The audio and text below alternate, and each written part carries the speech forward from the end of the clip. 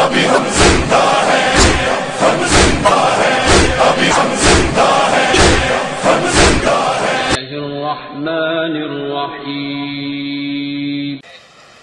اور ابلیس گمراہ ہوا اپنے ارادے سے، یہ یاد رکھو گے نا۔ یہ تمہیں علم کلام کا بہت دقیق مسئلہ سمجھا رہا ہوں، اس سے زیادہ آسان میں کر بھی نہیں سکتا۔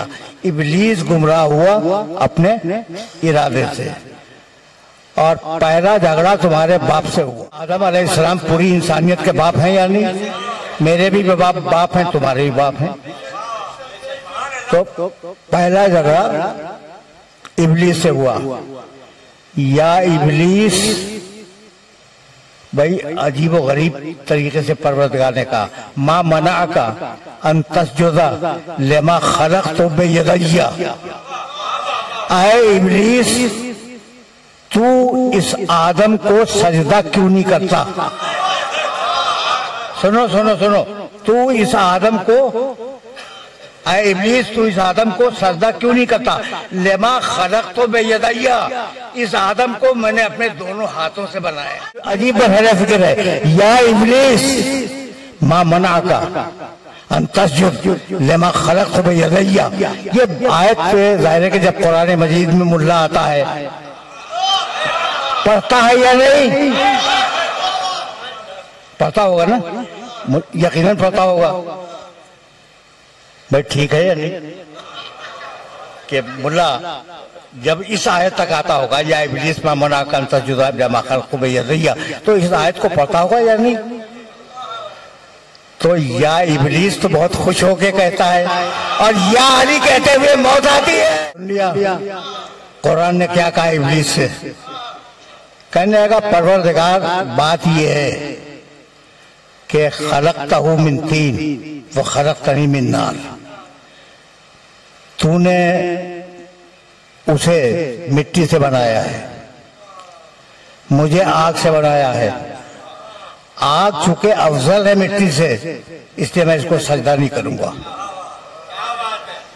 دیکھو اسلام بہت باریک ہے، کچھ سمجھ میں آیا؟ ابلیس کی دلیل سامنے آ گئی کہ وہ کہتا ہے کہ چونکہ میں آگ سے بنا ہوں اور آگ مٹی سے بلند ہے، ٹھیک، اس لیے میں بلند ہوتے ہوئے پست کو سجدہ نہیں کروں گا۔ بھائی کیسے طے ہوا کہ آگ مٹی سے بلند ہے؟ دلیل کیا ہے؟ اب سمجھ میں آیا کہ کیسے وہ دلیل گمراہ ہوا؟ اب سمجھ میں آیا؟ یعنی عجیب بات ہی ہے کہ اگر تم دیکھو تو آگ میں جو چیز ڈالو جلا کے خاک کر دے گی، اور مٹی رزق دیتی ہے، فراہم کرتی ہے، انسان کو پانی فراہم کرتی ہے، بہت کچھ، جو کچھ بھی انسان کو ملتا ہے طعام و غذا کے لیے اور چیزوں کے لیے، وہ مٹی تو دیتی ہے نا۔ تو یہ طے کیا تم نے کیسے کہ آگ افضل ہے مٹی کمتر ہے؟ تو جھگڑا تو ہو گیا۔ کہنے لگا بھائی سننا، بس سنا، لیکن میں اللہ اور ابلیس کا مکالمہ آپ کو سنا رہا ہوں۔ تو نے مجھے آگ سے پیدا کیا اور آگ افضل ہے، اس لیے میں اس کو سجدہ نہیں کروں گا۔ جبین مشیت پہ شکن آ گئی، جلال آ گیا، اور کہا نکل میرے دربار سے نکل۔ جانتے ہو کیا کہنے لگا؟ رب، بھائی توجہ رکھنا، اے میرے پروردگار، اے میرے پروردگار، اللہ کو مانتا ہے۔ کہنے لگا کہ فَبْعَثْنِي إِلَى يَوْمِ يُبْعَثُونَ، مجھے اس وقت تک کی مہلت دے دے جب قیامت ہوگی۔ قیامت کو مانتا ہے ابلیس، اللہ کو مانتا ہے، قیامت کو مانتا ہے۔ اس کے اصول دین سمجھا رہا ہوں، اس کے اصول دین، توحید مانتا ہے، قیامت مانتا ہے۔ کہنے لگا کہ سب کو بہکا دوں گا، لیکن جو تیرے رسول ہیں انہیں بہکا نہیں سکتا۔ نبوت کو بھی مانتا ہے۔ تو ابلیس کے اصول دین تین: توحید، نبوت، قیامت۔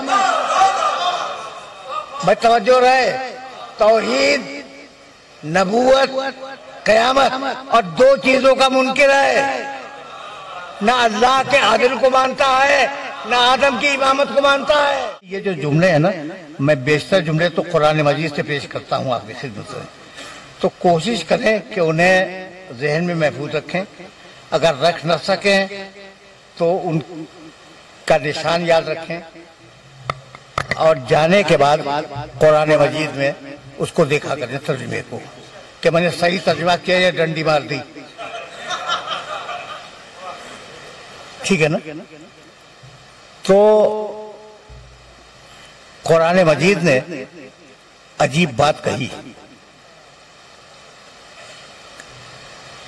ابلیس توحید مانتا ہے، رسالت مانتا ہے، قیامت مانتا ہے، اور کہتا ہے قیامت تک کی مہلت دے دے۔ کہا جاؤ، ہم نے تمہیں وقت معلوم تک کی مہلت دی، ایک خاص وقت تک تمہیں مہلت دے دی، قیامت تک تو نہیں، کچھ دنوں، اور اللہ کے علم ہے کہ وہ دن کتنے ہیں، ابھی تک تو چل ہی رہے ہیں، تو دن چل رہے ہیں، تمہیں جاؤ وقت معلوم تک کی مہلت دے دی، یوم الوقت المعلوم، ہم نے تمہیں وقت معلوم تک کی مہلت عطا کر دی۔ جب مہلت مل گئی تو اب اس کے تیور بدل گئے، کہنے لگا کہ لَأُغْوِيَنَّهُمْ أَجْمَعِينَ، مالک تو نے مجھے نکال دیا ہے نا اپنے دربار سے، تو جا رہا ہوں، آدم کی ساری نسل کو بہکاؤں گا، آدم کی ساری نسل کو بہکاؤں گا، لَأُغْوِيَنَّهُمْ أَجْمَعِينَ، 100% لوگوں کو بہکاؤں گا، إِلَّا عِبَادَكَ مِنْهُمُ الْمُخْلَصِينَ، اللہ عبادکا منہم المخلصین، جو تیرے مخلص بندے ہیں، مخلص نہیں، مخلص کا معنی جو خالص ہو، اللہ کی بارگاہ میں نیاز رکھنے والا ہو، یہ مخلص ہے، مخلص جسے اللہ نے خالص بنایا ہو، اللہ عبادکا منہم المخلصین، پروردگار جو تیرے مخلص ترین خالص ترین بندے ہیں انہیں بہکا نہیں سکتا۔ دیکھو بھئی، شکایت ہمیشہ اپنوں سے ہوتی ہے، شکایت ہمیشہ اپنوں سے ہوتی ہے، اب مجھے حق ہے نا شکایت کرنے کا کہ ابلیس تو انہیں پہچان گیا، آپ اب تک نہیں پہچانے۔ لَأُغْوِيَنَّهُمْ أَجْمَعِينَ، بھئی توجہ رکھنا، اس لیے کہ بہت نازک مرحلہ فکر ہے۔ میں آدم کی پوری نسل کو بہکاؤں گا، اور ایک جگہ نہیں ہے جملہ قرآن میں، کئی جگہوں پہ ہے، لَأَحْتَنِكَنَّ ذُرِّيَّتَهُ إِلَّا قَلِيلًا، ذریتہ، آدم کی پوری ذریت کو بہکاؤں گا، آدم کی نسل ہے، آدم کی ذریت ہے۔ بھائی آپ کا کوئی جھگڑا ہے ابلیس سے؟ نہیں ہے نا؟ میرا تو کوئی نہیں ہے، ہاں شخصیتوں پہ جھگڑا ہو جائے دوسری بات ہے، لیکن میرا کوئی جھگڑا ابلیس سے نہیں ہے۔ تو یہ میں نے کیا قصور کیا جو مجھے گمراہ کرے گا؟ آپ نے کیا تقصیر کی جو آپ کو گمراہ کرے گا؟ تو آج سمجھ میں آیا کہ ابلیسیت کہتے کس کو ہے۔ اگر نبی سے انتقام نہ لے سکو تو اس کی ذریت سے انتقام لے لو۔ کہ اب وہاں سے جہاں تمہارے باپ کا جھگڑا ہوا آدم سے، وہیں سے نظام ہدایت اور نظام گمراہی الگ الگ ہو گئے۔